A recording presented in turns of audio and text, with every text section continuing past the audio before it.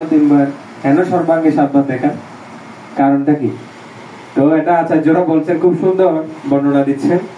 তো ভগবান যে এই দামোদর মাসে কি করছেন, ভগবানকে যে আমরা প্রদীপ দেখাই, এটা কিন্তু কি এমনি এমনি না, এটা ব্রজবাসীরা ভগবানকে দেখিয়েছেন। কখন?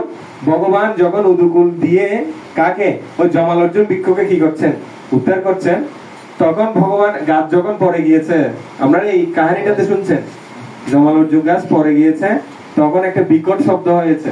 নন্দ বাবা এসে কৃষ্ণকে তাড়াতাড়ি কুলে নিয়ে নিলেন। এখন নন্দ বাবা যখন নিলেন, তখন ব্রজবাসী যারা ছিল সবাই চলে আসছে ভগবানকে দেখার জন্য। বুঝতে পারছেন? ভগবানকে দেখার জন্য আসছে। এখন কোন সময়, কখন ভগবানকে দেখার জন্য আসছে কেউ কি জানেন এটা? আর ভগবানকে বাঁধতে কত ঘন্টা সময় লেগেছে কেউ জানেন? ভগবানকে বাঁধতে মা যশোদার 12 ঘন্টা সময় লেগেছে। কয় ঘন্টা? সকাল থেকে সন্ধ্যা অব্দি। বুঝতে পারছেন? কত ঘন্টা? 12 ঘন্টা। মানে গোধূলির সন্ধ্যার একটু পূর্ব মুহূর্তে ভগবানকে কি করতে পেরেছেন, বন্ধন করতে পেরেছেন। তো ভগবান যখন জমাল অর্জুন বৃক্ষকে উদ্ধার করলেন, তখন এরকম সন্ধ্যা হয়ে গেছে। তো মা নন্দ বাবা যখন কুলে তুলে নিলেন, ব্রজবাসীরা আসছে কৃষ্ণকে দেখার জন্য। এখন আপনাদের মতো তখন এরকম লাইট, ফ্যান, এগুলো ইলেকট্রিসিটি যেটা ব্যবস্থা, সেটা তখন ছিল না। ছিল কি? ছিল? তখনকার যুগে কিন্তু ইলেকট্রিসিটি ছিল না। ইলেকট্রিসিটি মানে কি? ওই যে প্রদীপ। আমরা এখন দেখাবো না, নমামীশ্বরম সচিদানন্দরূপম, এভাবে দেখাবো না ভগবানকে। ঠিক সেম ব্রজবাসী যারা ছিল, তারা সবাই ভগবানকে দেখার জন্য, ভগবানের গায়ে কোনো আঘাত লেগেছে কিনা, সবাই প্রতি ব্রজবাসী সবাই হাতে প্রদীপ নিয়ে নিয়েছে। ভগবানকে দেখতেছে, এদিকে দেখতেছে, এদিকে ঘুরাচ্ছে, এদিকে দেখতেছে, আবার এদিকে দেখতেছে, কোথাও আঘাত লেগেছে কিনা।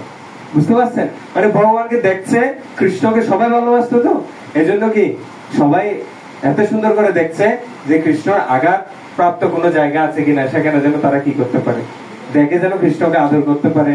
হ্যাঁ, এই জন্য ব্রজবাসীরা কি করেছেন, ভগবানকে প্রদীপ নিবেদন করেছেন ওই সময়টাই। আর আমরাও কি করি, ভগবানকে ওই সময় ভগবানের কি চরণে 4 বার, নাভিতে 2 বার, মুখমণ্ডলে 3 বার, সর্বাঙ্গে 7 বার কি করি, প্রদীপ নিবেদন করি। তো এই জন্য আমরা কি করব, ভগবানকে প্রতিদিন এভাবে ব্রজবাসীরা যেভাবে ভগবানকে ভক্তি সহকারে ভগবানকে কি করতেন, ভালোবাসতেন, সেরকম ভাবে ভগবানকে আমরা কি করব, ভক্তি সহকারে প্রদীপ নিবেদন করব। এখন আমরা এই 2টা বিষয়, 3টা 4টা বিষয় আমরা জানবো খুবই সংক্ষেপে। আর আপনারা এটা না জানলে, দামোদর মাসে প্রদীপ দেখানোর যে মাহাত্ম্যটা না জানলে, তাহলে আপনারা কি করতে পারবেন না। এই যে প্রদীপ দেখানোর সময়, তখন আপনাদের ওইটা মনে পড়বে না। না হলে আপনারা শুধু হাত ঘুরে মন অন্য কোথাও থাকবে, হাত ঘুরে চলে যাবে। তো এটা প্রদীপ আমরা ভগবানের চরণে 4 বার কেন বলা হচ্ছে? বলা হচ্ছে আমাদের 4টা সমস্যা আছে। কয়টা সমস্যা? কে বলতে পারবেন? জন্ম, মৃত্যু। আমাদের 4টা সমস্যা আছে, ভগবত গীতা বলা হচ্ছে জন্ম, মৃত্যু, জরা, ব্যাধি। এগুলোকে বলা হচ্ছে কি সমস্যা। 4টা সমস্যা। এই যে সমস্যাগুলো, যারা এই সমস্যার মধ্যে বুঝছে, জন্ম হচ্ছে, মৃত্যু হচ্ছে, আবার কি হচ্ছে, ব্যাধি, রোগ, জরা, ব্যাধিতে, আবার বৃদ্ধ হচ্ছে, আবার অসুখ হচ্ছে, এগুলোতে যারা বুঝছে নাগরদোলার মতো, হ্যাঁ, এগুলো যাদের বন্ধ হচ্ছে না, তারা যদি ভগবানকে 4 বার কি করেন, প্রদীপ নিবেদন করেন। কোথায়? চরণে। তাহলে তাদের আর কি হবে না, এই 4টা সমস্যার মধ্যে আর পড়তে হবে না। নিতাই গৌর প্রেমানন্দে হরি বল। বুঝতে পারছেন 4 বার কেন দেখায়? জন্ম সম্বন্ধে খুবই সুন্দর করে বলছেন। মৃত্যুটা আরো ভয়ানক বলছে। একটা কাকড়া বিছাকে চিনেন আপনারা? কাকড়া বিছা কেউ দেখেছে? যেটা কামড় দিলে রক্ত কি করে ফেলে, শুষে ফেলে। এই মৃত্যুর যন্ত্রণাটা, একটা কাকড়া বিছা তো কামড় দিলে কি করে, রক্ত শুষে ফেলে, খেয়ে ফেলে সব। বলছে মৃত্যুর যন্ত্রণা যেটা হয়, সেটা হচ্ছে 40,000 কাকড়া বিছার দংশনের সময়। কহাজার ভাগবতম আছে এটা, 40,000 কাকড়া বিছা দংশনের সময়। এখন আপনারা ভাববেন, আমি কি আবার জন্মগ্রহণ করব, আবার মৃত্যু হব, আমার, আবার জরা, আবার ব্যাধি, এভাবে নাগরদোলার মধ্যে উপরে নিচে, কখনো পশু, কখনো আবার মানুষ, কখনো দেবতা, এরকম আমরা হতে চাই না। সেই জন্য আমাদের শ্রীপাদ শঙ্করাচার্য বলছেন শিবের অবতার। আমাদের অবস্থাটা কিরকম, আমরা কিরকম করে আসছি বারবার এই জগতে। বলছে পুনরূপী জননম, সবাই বলেন পুনরূপী জননম, পুনরূপী মরণম, পুনরূপী জননী, জঠরে শয়নম। বুঝতে পারছেন? আমরা পুনর্বার কি করছি, জন্মগ্রহণ করছি, আবার মৃত্যু হচ্ছে, আবার মাতৃগর্ভে এসে কি করছি, আবার জন্ম হচ্ছে আমাদের। এরকম পুনরূপী, এগেইন এন্ড এগেইন। মানে আবার হচ্ছে এরকম কষ্টের মধ্যে আমরা আছি। কেউ যদি এই দামোদর মাসে ভগবানকে যদি একবার প্রদীপ নিবেদন করে, তাকে আর জন্ম মৃত্যু চক্রে আর আবদ্ধ হতে হয় না। বুঝতে পারছেন? এই জন্য আমরা ভগবানকে কতবার প্রদীপ দেখে চরণে? চারবার দেখানোর মাহাত্ম্য কি? কয়টা? প্রথমে জন্ম, তারপর হচ্ছে মৃত্যু, তারপর হচ্ছে স্টার্ট হচ্ছে কি জরা, তারপর হচ্ছে বিহারি। বুঝতে পারছেন? এগুলো ডিটেলস আলোচনা করতে গেলে অনেক কিছু আছে। তো আবার আমরা ভগবানকে নাভিতে দিবার কেন দেখাই? কেউ কি জানেন এটা? বলা হচ্ছে আমরা দেবতার পূজা করি। আমাদের কয় কোটি দেবতা আছে আমরা বলি? 33 কোটি। আমরা প্রথম ভগবানকে যখন নাভিতে দুইবার প্রদীপ নিবেদন করি, প্রথমে একবারের মধ্যে ব্রহ্মার কি হয়ে যায়? আরাধনা হয়ে যায়। প্রথমে কার আরাধনা? ব্রহ্মার পূজা হয়ে যায়। কেউ কি ব্রহ্মাকে কখনো পূজা করছেন? কিন্তু ভগবান দামোদর লীলায় ব্রহ্মাকে পর্যন্ত কি করেছেন? কৃপা করেছেন। বুঝতে পারছেন? মানে ব্রহ্মার কোনো পূজা হয় না। এটা কেন করা হয় না? এটা ভাগবতম আছে, ব্রহ্মার একটা অভিশাপের কারণে সেটা কি হয়? ব্রহ্মার পূজা হয় না এই জগতে। তো এটা দিয়েছে ওনার নিজের পত্নী। বুঝতে পারছেন? এটা একটা কাহিনী আছে। তো বলা হচ্ছে আবার দেবতাদের আমরা কি করি? অনেক দেবতার আমরা পূজা করি। কিছুদিন আগে আমাদের মা দুর্গার পূজা গিয়েছে, নাকি না? তো মা দুর্গার পূজা করার জন্য আমরা কত লক্ষ টাকা খরচ করে ফেলি, হ্যাঁ? কিন্তু যারা এটা করতে পারছে না, কিন্তু দামোদর মাসে ভগবানকে নাভিতে কেউ দুইবার প্রদীপ নিবেদন করছে, তাহলে তার কি হয়ে যাবে? সমস্ত দেবতার পূজা হয়ে যাবে এবং ব্রহ্মার পূজা হয়ে যাবে। গৌর প্রেমানন্দে। বুঝে যায় কথা? বুঝে যাচ্ছে? তাহলে আমরা কটা জিনিস জানলাম? আমার সাথে বলতে হবে। আমি কোনো বক্তা না, বকুর মতো আমি এখানে তেমন কোনো শাস্ত্র জ্ঞান আমার নাই, কিন্তু আমি কি করব? আমি আপনাদের থেকে শিখার জন্য, আপনারা একটু বলবেন, আমি একটু বলবো, এটা কি আমাদের আলোচ্য বিষয়, আর কিছু নয়। বুঝতে পারছেন? আর আমি কোথাও গেলে এরকম করি, মায়েরা আমাকে কি করে সাহায্য করে, মায়েরা বলে, বউরা বলে, আমি কিছু শিখি, এরকম আপনারা বলবেন। তো বলা হচ্ছে নাভিতে দুইবারের কারণটা কি? ব্রহ্মার পূজা হয়, তারপর হচ্ছে কি? এখন মুখে তিনবার কেন প্রদীপ নিবেদন করি? মুখে কেন প্রদীপ তিনবার? বলা হচ্ছে আমাদের তিনটা দুঃখ আছে। কয়টা দুঃখ আছে? আমরা প্রথমে সমস্যার কথা বললাম, জন্ম মৃত্যু জরা ব্যাধি। আমরা এমনি সমস্যা মানে বুঝি কি রাস্তাঘাট ভেঙে গেছে এটা মনে সমস্যা, লোডশেডিং হচ্ছে এটা মনে সমস্যা না। এটা কিন্তু দেখবেন আপনি ঠিক না করলে রাস্তা অন্য কেউ সেটা ঠিক করে দিচ্ছে, তাহলে সমস্যা থাকতে স্যার? এটা কোনো সমস্যা না, সমস্যা হচ্ছে এই সাইডটাই।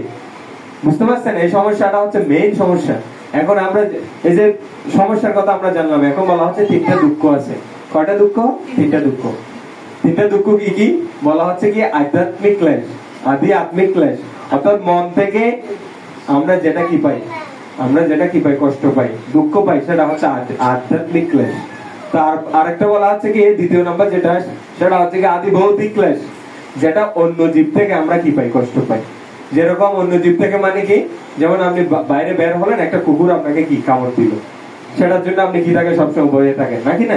সেটা বাদ দেন, এখন আপনার ভিতর ঘরের ভিতরের কথা যদি বলি, আপনি একটা মশার, সাধারণ একটা ছোট একটা মশার কামড়ের জন্য আমরা কি করি? মশারিটাকে ঘুমাই, নাকি না? এটা হচ্ছে আদি ভৌতিক ক্লেশ। এটা থেকে কেউ কিন্তু কিনা বাইরে না, এটা সবাই ভিতরে। এটা তো এটা হচ্ছে 2 নম্বর ক্লেশ। 3 নম্বর দুঃখ হচ্ছে কি আদি দৈবিক ক্লেশ। দৈবিক মানে দেবতারা দেয়। দেবতারা কি দুঃখ দেয় কেউ বলতে পারবেন? যারা গীতা পড়ছে তারা জানে। দেবতারা দেয়া হচ্ছে কি ঘূর্ণিঝড়, ভূমিকম্প, টর্নেডো, এরকম যেগুলো আছে, জলোচ্ছ্বাস, তারপরে কি বজ্রপাত, এইগুলো হচ্ছে কি দেবতারা দেয়। বুঝতে পারছেন?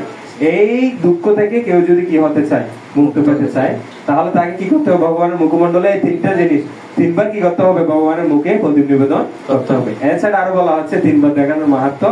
প্রথম প্রদীপ দেখানোর সময় ভগবানের রূপের প্রতি আমরা আকৃষ্ট হয়ে যাব। কিসের প্রতি?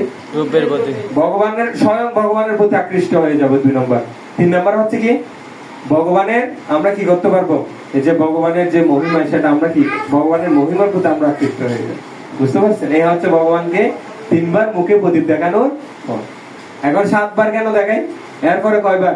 এখন আমরা 4 বার জানলাম, 2 বার জানলাম, 3 বার জানলাম। এখন আমরা কয়বার জানবো? 7 বার। 7 বার কেন সর্বাঙ্গে দেখানো হয়? বলা হচ্ছে কেউ যদি ভগবানকে 7 বার সর্বাঙ্গে 7 বার প্রদীপ নিবেদন করে, তাহলে তার 7 পুরুষ উদ্ধার হয়ে যায়। গৌর প্রেমানন্দে। বুঝতে পারছেন? তো এখন আমরা ভগবানকে এভাবে প্রদীপ নিবেদন করবো যেন এই কথাগুলো স্মরণ থাকে আমার। যদি এই কথাগুলো আমার স্মরণ না থাকে, তাহলে প্রদীপ দেখানোটা আমার বৃথা হয়ে যাবে। বুঝতে পারছেন? ভগবান দামোদর সবাইকে কৃপা করার জন্য, যেরকম মা যশোদাকে কৃপা করার জন্য কি করছেন? দামোদর লীলাটা ভগবান কি করেছে এখানে করেছেন। সেরকম ভগবান আমাদেরকে কৃপা করার জন্য এই মাসে ভগবান কি আছেন সর্বোত্তভাবে কি করছেন, আমাদেরকে কৃপা করার জন্য প্রস্তুত আছেন। আপনারা সবাই 8 দিন চলে গিয়েছেন, সমস্যা নাই, কিন্তু এই 22 দিন আপনারা প্রতিদিন ভগবানকে প্রদীপ নিবেদন করার চেষ্টা করবেন। অন্তত আপনারা ভগবানের প্রসাদ পেতে পারলে ভগবানকে নিবেদন করে সেটা পাবেন, যদি না পারেন অন্তত আপনারা প্রদীপটা নিবেদন করার চেষ্টা করবেন। আর এই দামোদর মাসে আপনারা যে যত বেশি সংখ্যক মালা হরিনাম করতে পারেন, তাহলে তার কি ভগবান আরো বেশি সন্তুষ্ট হবে হরিনামের মাধ্যমে। তো আপনারা এগুলো করার চেষ্টা করবেন, আর ভগবানকে আপনারা স্মরণ করার চেষ্টা করবেন এই দামোদর মাসে বেশি বেশি, তাহলে ভগবান খুশি হবেন। দামোদর জয়, দামোদর গোপাল ভগবান কি জয়। তাহলে বুঝতে পারছেন? কারো কোনো প্রশ্ন আছে? প্রশ্ন?